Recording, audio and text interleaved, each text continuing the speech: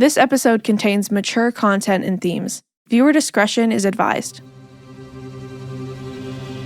During the first moments of his 44-day-long trial in Arizona in 2004, prominent OB/GYN Brian Finkel announced to anyone in the courtroom who could hear him, I'll be glad when this clown show is over. It was vintage Finkel, reporter Paul Rubin would write for the Phoenix New Times. Always the wise guy, cocksure, always in control. Over the years of his medical career, Finkel had acted as a go-to resource for local and national journalists. It was said that he had never met a television camera he didn't like. But in that Arizona courtroom, his image as the media's sweetheart and a friend to women was about to shatter. Countless former patients had stacked up allegations against him. He claimed that these accusations were fueled by false memories and argued that his accusers were simply incapable of understanding proper medical procedures. It was only 5 years earlier that media outlets had been publishing golden boy stories about Finkel, dubbing him the Terminator and promoting him as a damn good doctor. A profile published by the Phoenix New Times in 1999 painted Finkel as a controversial but charming eccentric who decorated his business with Elvis collectibles and statues of fertility goddesses, giving it a pawn shop vibe.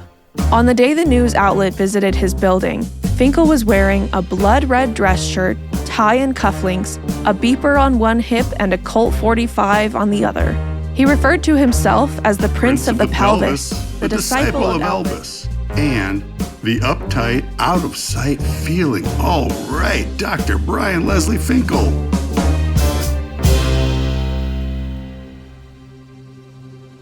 By the way he spoke to reporters, it's clear he saw himself as untouchable, even when he was put in handcuffs. He never wavered, maintaining that he was innocent and his accusers were victims only of poor memories and low intelligence. Janet Kreller was one of those alleged victims. I said, something happened. Something's odd happened here. And she said, you're just waking up from a twilight sleep. It's going to be okay. Let's just get you out of here and get you home. And it was very shuffle you out the door. Were Janet and his other accusers lying about Finkel? Were they deliberately manipulative human beings, a mob created by the media, the victims' club, as Finkel's defense attorney Richard Gerloff called them? Was Finkel simply a misunderstood doctor doing his job? What could a man so confident of his innocence, so beloved by the media, have done to rouse an eventual 100 women into making accusations against him? Finkel was playing proverbial legal Russian roulette. For these accusations, if proved true, could end his career and land him in prison for up to 75 years, the rest of his life.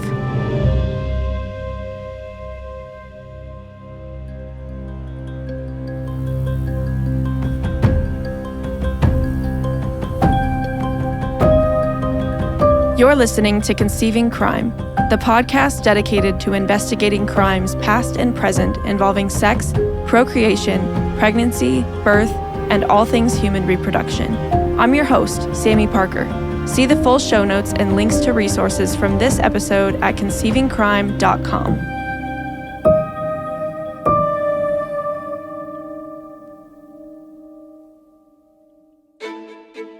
Brian Finkel grew up in a reportedly dysfunctional home. His father was a doctor, but both of his parents were alcoholics and abusive, he claimed. He left home at age 17 to attend college on an Air Force scholarship and became a doctor in hopes of finally winning his father's approval. Ultimately, he became estranged from both of his parents. Later in life, he told the Phoenix New Times, My mother's dead, but I'm looking forward to being an orphan. I can't wait for that nasty son of a to die so I can go piss on his grave. In college, Finkel met his future wife, Diana, and they were married in the early 1970s. While he was in the military, the couple traveled the world. Eventually, they had 2 children together, a son and a daughter. After returning to Arizona, he set up shop as a doctor. It was the early 2000s when Janet Kreller was searching for a doctor with whom to schedule a discreet appointment. Finkel seemed to fit the bill. The glowing reports of his good reputation swayed her to schedule that appointment with him. As she lay on the exam table in Finkel's office, she could feel herself slowly drifting out of consciousness.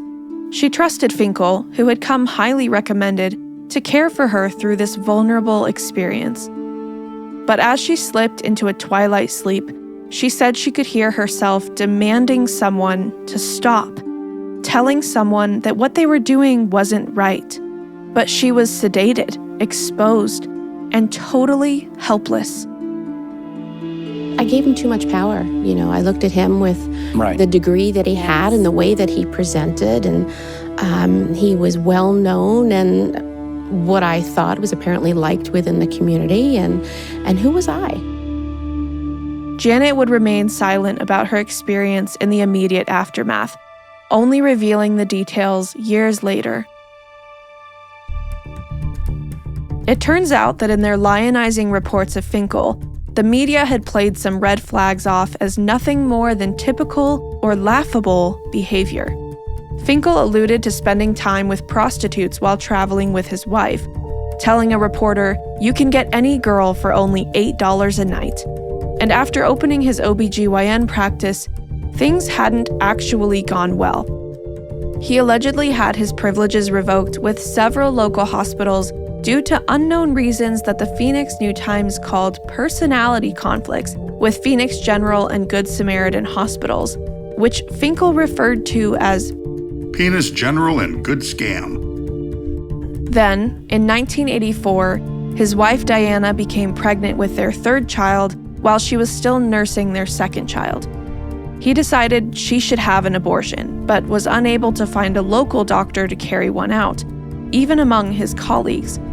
So Finkel, who had learned to commit abortions in the military, threatened to carry one out on his wife and child himself. She was then sent to Mesa, Arizona for the abortion, but Finkel was not happy with how his wife was treated by that abortionist. She was not given anesthesia, he claimed. I'm saying to myself, if this is the very best that my wife can access, then what's going to happen to the working Jane Doe on the street? So I said, F it, I'm putting an ad in the Yellow Pages, and I'll help a couple people when they come in. There weren't a couple people. They were pounding on my door by the thousands. Finkel had seen an opportunity. At the time, the average abortion cost about $300, and there weren't any local doctors willing to commit them. According to a U.S. Department of Labor report, the average obstetrician-gynecologist in the year 2000 was making $133,000 a year. Finkel decided to refocus his career from delivering babies to aborting babies, and eventually, abortions accounted for an astounding 80% of his business. Before his abortion empire came crashing down, Finkel was making $600,000 a year off of killing babies. His wife Diana acted as office manager for years and told the Phoenix New-Times, "When he first started the practice, I said, treat each woman with dignity, please. I've been there. Talk to them first with their clothes on. Give them that much courtesy." As the owner of the Metro Phoenix Women's Center and one of the few outspoken abortionists who would agree to television interviews at the time, Finkel became well known and esteemed by abortion advocates in the 1990s and early 2000s. Dubbed the king of the local abortion market in Arizona, Finkel was committing as many as 2,000 abortions annually, 20% of the total abortions in the state at that time. And the media loved him. In 1999, the Phoenix New-Times published an article on Finkel titled, "Trash-Talking Abortionist Dr. Brian Finkel has a message for pro-life zealots. Kiss my ass." In that article, Finkel said he nicknamed his abortion room, Ta-da! Vaginal vault. explaining, "This is where I do the deed." he also said he called the D&C first trimester suction abortion machine Super sucker. and explained, "This is my abortion machine where I do the Lord's work. I heal the sick with it."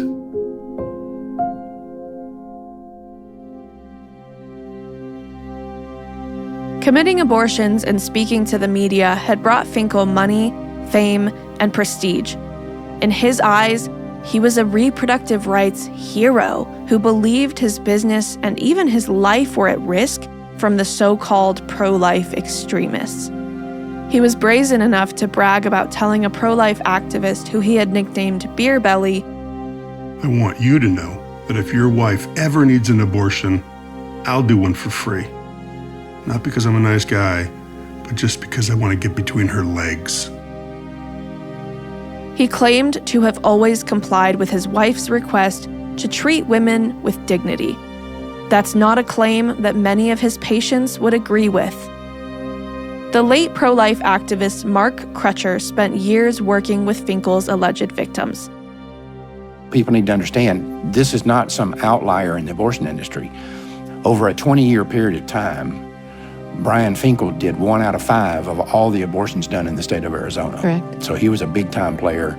All the local pro-abortion groups were referring to him, and so he was the champion for women's rights. On at least 2 occasions, Finkel invited the media to watch him commit abortions. Both times, he was praised in the press for treating his patients with compassion. The media reported hugs, smiles, and adoring glances between Finkel and his patients. But not all of his patients were fortunate enough to have reporters watching Finkel's every move during their abortions. But did his status make Finkel a target for false accusations, or did it make him an untouchable abuser? Janet recalled the moments she can remember of her abortion with Finkel. And he was sitting next to me. Few moments. It was a twilight sleep that I was put under. But after he had administered the IV, he stood up and he pulled off his gloves. And he proceeded to walk down to the end of the table and presented between my legs at the end of the table. There was a tube of lubricant that was down there. At that time, he put some on the palm of his hand, and with a very flippant upward motion applied it. Whereas in most exams, let's say if you were at a gynecological yearly exam, they would just put a little bit on you and be very delicate about how it was being done. And he just, with a completely upward motion, put it on barehanded. And as I'm going under this twilight sleep here, I knew that that was a very odd thing to do, but then he kept moving, placing his hand back there and moving his hand back and forth and massaging the area and simulating sex with his bare hand. To Janet, Finkel was no hero. He was a sexual predator. RAINN, the Rape, Abuse, and Incest National Network, reports that 1 out of every 6 American women has been the victim of an attempted or completed rape in her lifetime. Every 98 seconds, an American is sexually assaulted, and doctors are not immune from being perpetrators of sexual assault. The National Institutes of Health reports that based on data from the U.S. National Practitioner Data Bank, from January 2003 through September 2013, 862 doctors faced disciplinary actions because of sexual misconduct. Those are only the cases that are known. The National Sexual Violence Resource Center reports that 63% of sexual assaults go unreported to police. One of the reasons sexual assault survivors do not report the assault is fear that they will not be believed. Janet, who wondered who would believe her over the prominent, reputable Dr. Finkel, said this was true for her. Finkel maintained to the police and later to the judge that his accusers were just confused. But patients had been filing complaints against Finkel since as early as 1991. Could they all have been confused or lying in an effort to shut down an abortion business? Prior to Janet, a woman we'll call Terry had told the police that Finkel had sexually abused her in 1991 during a gynecological examination. In March of 2000, around the same time that Janet had been abused, a woman named Keith Kalmanson said she had been to see Finkel that month and that he had assaulted her.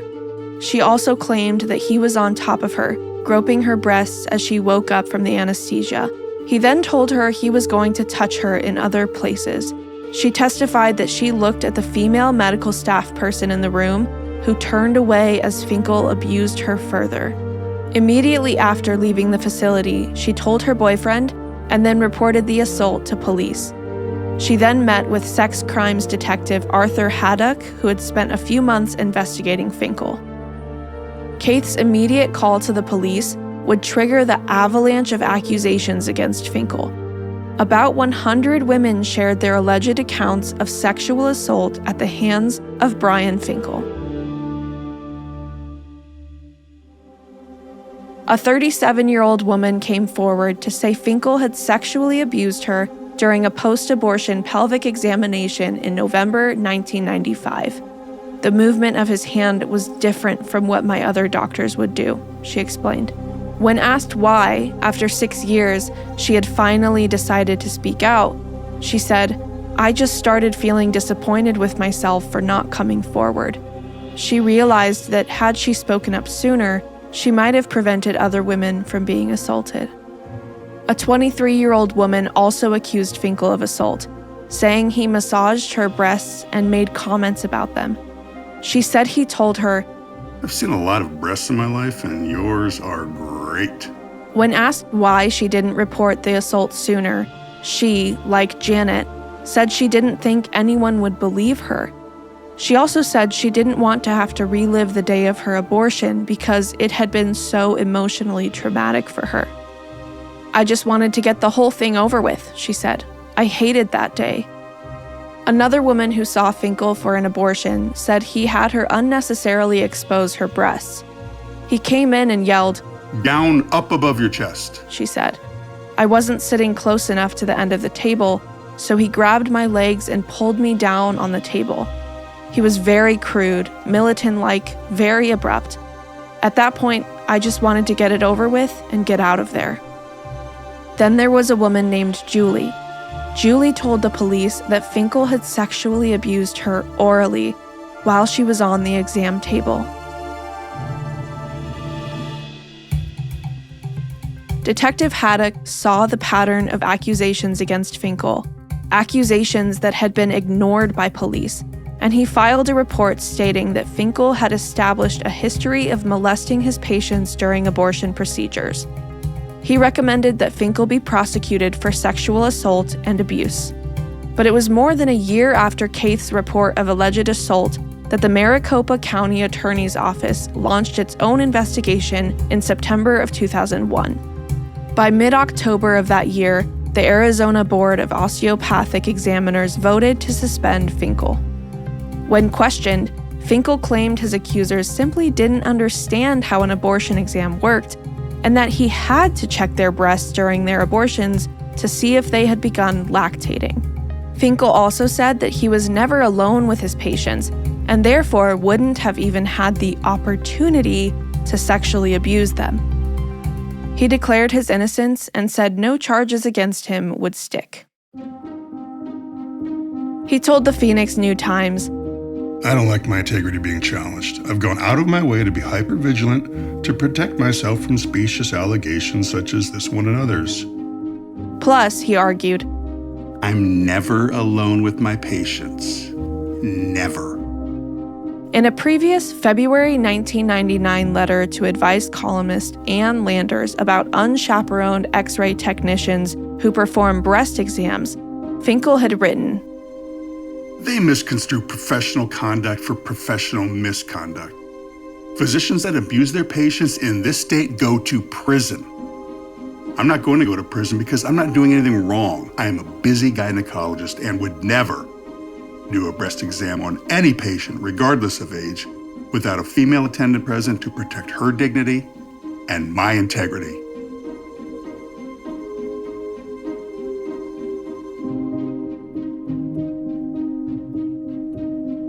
It didn't occur to Finkel that there was a third group of people who could pull back the curtain on what happened to his patients behind closed doors. Finkel had defeated accusations against him in the past. Accusations of malpractice by former patients who were helped by pro-life attorney John J. Jakubovic. Jakubovic had filed numerous malpractice suits against Finkel, but not one of them had held up in court. Confident he would be vindicated, it remains unknown if Finkel was worried about the other women in his life, his employees. It had been his word against those of his patients, who had been under anesthesia when the alleged assaults took place and were not people worth believing, according to Finkel. He alleged that pro-lifers who often protested outside of his abortion business had put them up to the accusations.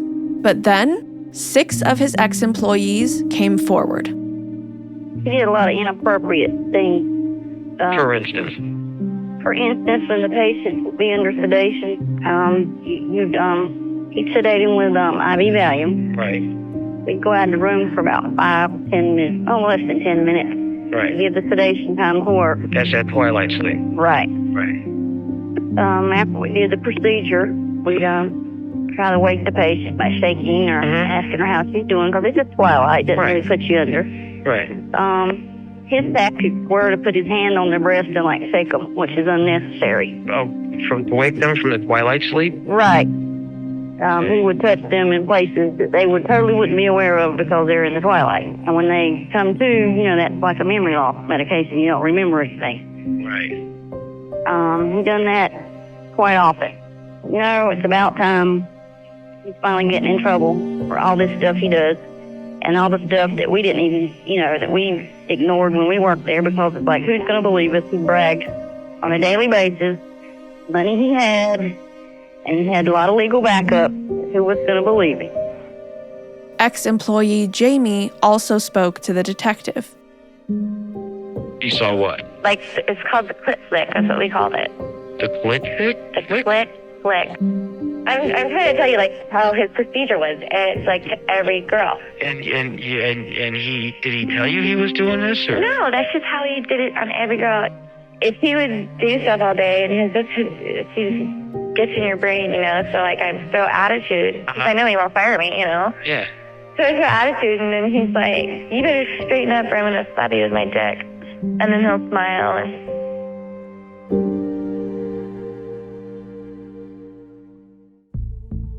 Another ex-employee spoke with police, telling them he would wake patients by grabbing their breasts, and if a patient was attractive, had larger breasts, or had enhanced breasts, he'd find a way to be alone with her in the room. There were no eyewitnesses to validate the type of assault Finkel had reserved for these women. One ex-employee called Finkel a monster. Finkel had been successfully intimidating his employees into silence for years, even unnervingly carrying a gun at work. But the employees he thought he had bullied into silence were now the ones to deliver the final blow that would send his abortion empire crumbling to the ground. The key witnesses Finkel's alleged victims needed were the same women who stood by and watched as Finkel had allegedly assaulted them one by one. After years of dodging allegations against him, Finkel was arrested in October 2001 and was held on a $650,000 bail.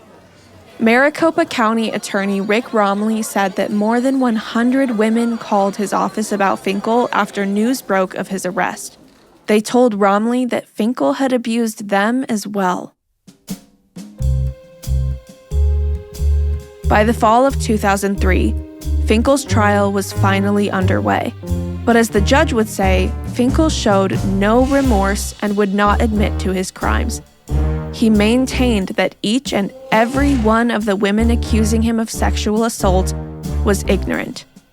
At one point, Finkel looked at the women testifying against him in the courtroom and whistled the melody of Wizard of Oz's "If I Only Had a Brain." He even pointed to Cindy Nanetti, the deputy county attorney who was co-prosecuting him, and said that for Halloween, he was going as a transvestite sex crimes prosecutor. But with the he said, she said nature of the case, it was unclear if he would be found guilty of any of the sex crimes he stood accused of. The trial included testimony from 53 witnesses, and Finkel spent 5 days on the stand himself. Woman after woman detailed their shocking allegations against him, but during the 14-day jury deliberation, Finkel still declared that he was innocent and claimed that the jury would acquit him. He underestimated the powerful effect of the 35 women who testified against him. After all of the testimony was given and the jury returned its verdict, Finkel was acquitted, cleared on 34 counts of abuse. But the jury also found him guilty on 22 counts of sexual abuse involving 13 of the victims. That was all it took to send him to prison. As the decision was read, the courtroom sat quiet, but once the handcuffs were placed on Finkel and he was led out of the room, his now confirmed victims erupted in applause. "We got you," said 24-year-old Ebony Jordan, one of Finkel's victims. The jury found Finkel not guilty on 2 of Keith's sexual assault claims against him and undecided on 2 others. He was also acquitted of abusing Janet, who said, "Just because we didn't get a guilty on everybody doesn't mean it wasn't true. Maybe enough evidence wasn't presented or things just didn't work out the way they should, but he's going where he belongs." Finally, after decades of drugging and assaulting women, Finkel would face justice for what he had done. Then, just moments after the jury handed down their verdict, another witness slipped into the courtroom. The prosecution had worked to get Annette Barber there from California in time to testify against Finkel, but she arrived too late to share what she knew. "Oh, there he is," she said upon seeing Finkel in the courtroom. "I haven't seen him in a long, long time. I wish someone would have done something when I complained about him back then."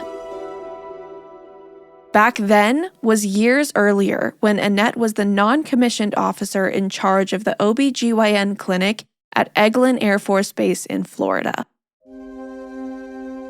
Finkel, then in the Air Force, was working there, and Annette would occasionally serve as a chaperone during his patients' gynecological appointments. In a letter to the Arizona Republic, she explained that one patient expressed feeling violated by him after he allegedly simulated a sexual act on her during her exam. Annette brought the complaint to the hospital's chief nurse and chief administrator and spoke to a colonel about Finkel.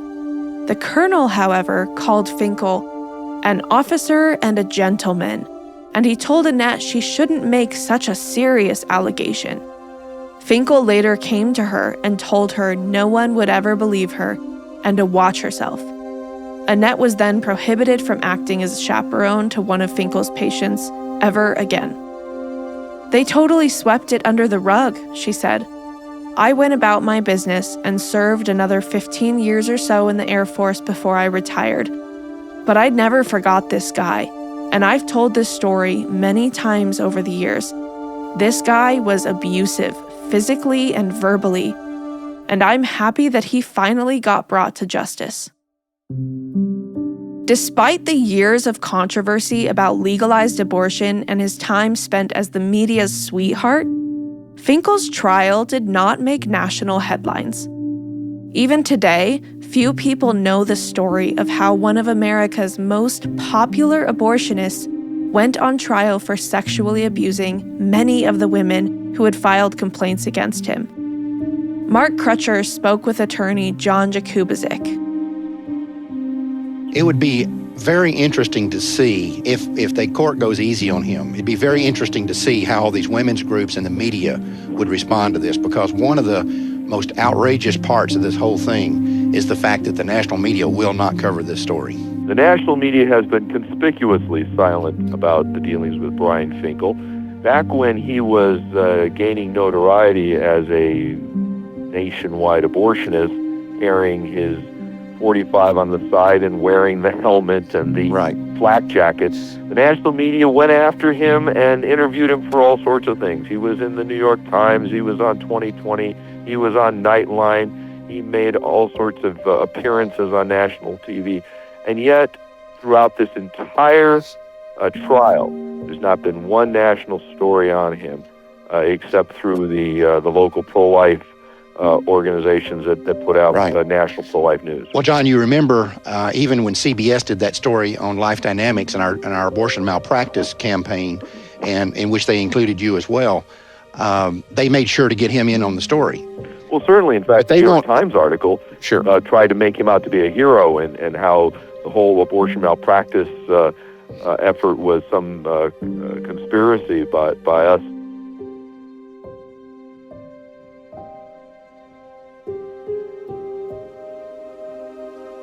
Now a convicted sexual offender, Finkel has only proclaimed the louder that he was a good doctor whose bedside manner may have been less than perfect, but that he wasn't a sexual predator. I never have held myself out to be a touchy-feeling, compassionate doctor. I wasn't raised that way. I wasn't trained that way. Perhaps I was too blunt when I counseled them about their lifestyle choices, and perhaps I was too perfunctory that I didn't seem compassionate. I'm sorry if I hurt their feelings or caused them emotional stress, but I never sexually abused them.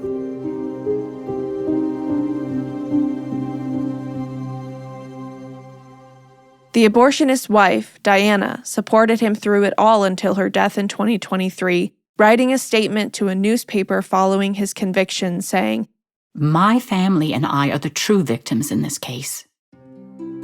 A month after Finkel was convicted, Judge Jeffrey Cates sentenced him to nearly 35 years in prison, landing him in jail until he would be about 82 years old. Cates had increased Finkel's sentence to an aggravated term on each count, telling him that he had caused emotional harm to his victims, including depression, humiliation, and fear, and had caused physical harm to some of them. Judge Cates also noted that Finkel's lack of remorse and failure to take responsibility for his crimes did not bode well for rehabilitation. Finkel would later appeal the convictions, and in 2006, the Arizona Court of Appeals reaffirmed his sentence in all but 4 of the 22 counts he was convicted of. His sentence in 2 of those 4 counts was reduced by 2 years, and the other 2 counts were sent for resentencing due to a procedural error.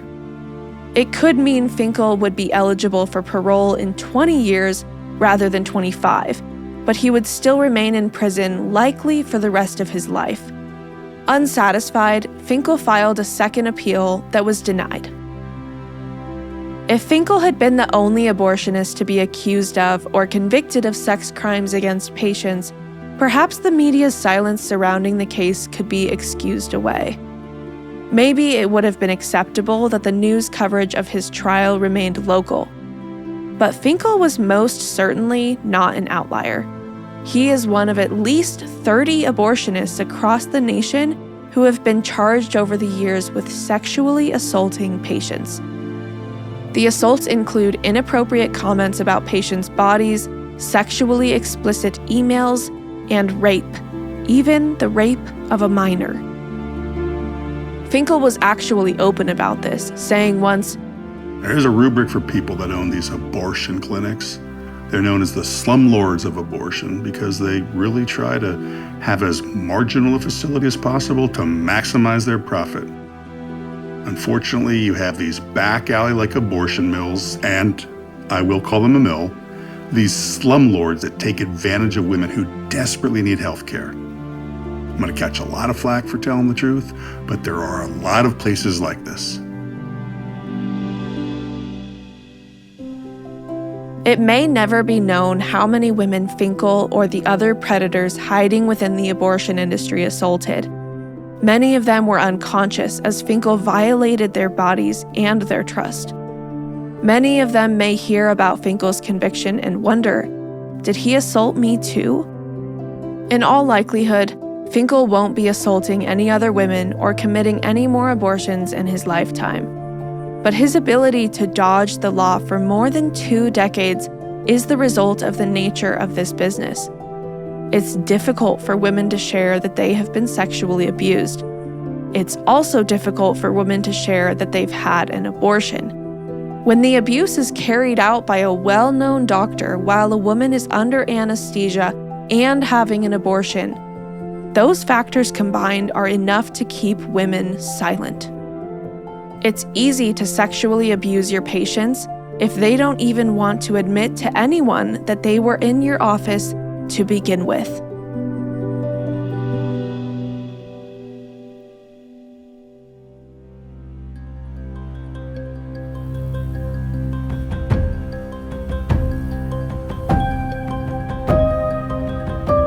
Thanks for listening to Conceiving Crime.